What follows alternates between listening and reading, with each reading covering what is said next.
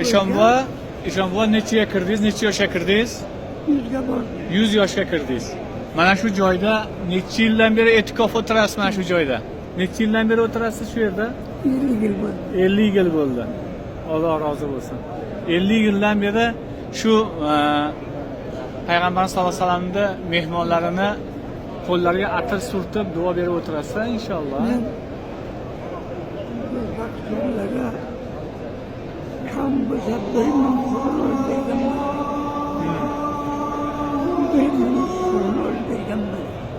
O tarafta mana shu o'jra 5 ta 10 ta 20 ta pulni topib o'jralarni qo'yadi. Lekin bular yamlaydi. Onlar sanatçı bu. Onlar sana koymalık sadece kayıtlı devlet oldusu 15'e bir kartında bir kartını bir oldu.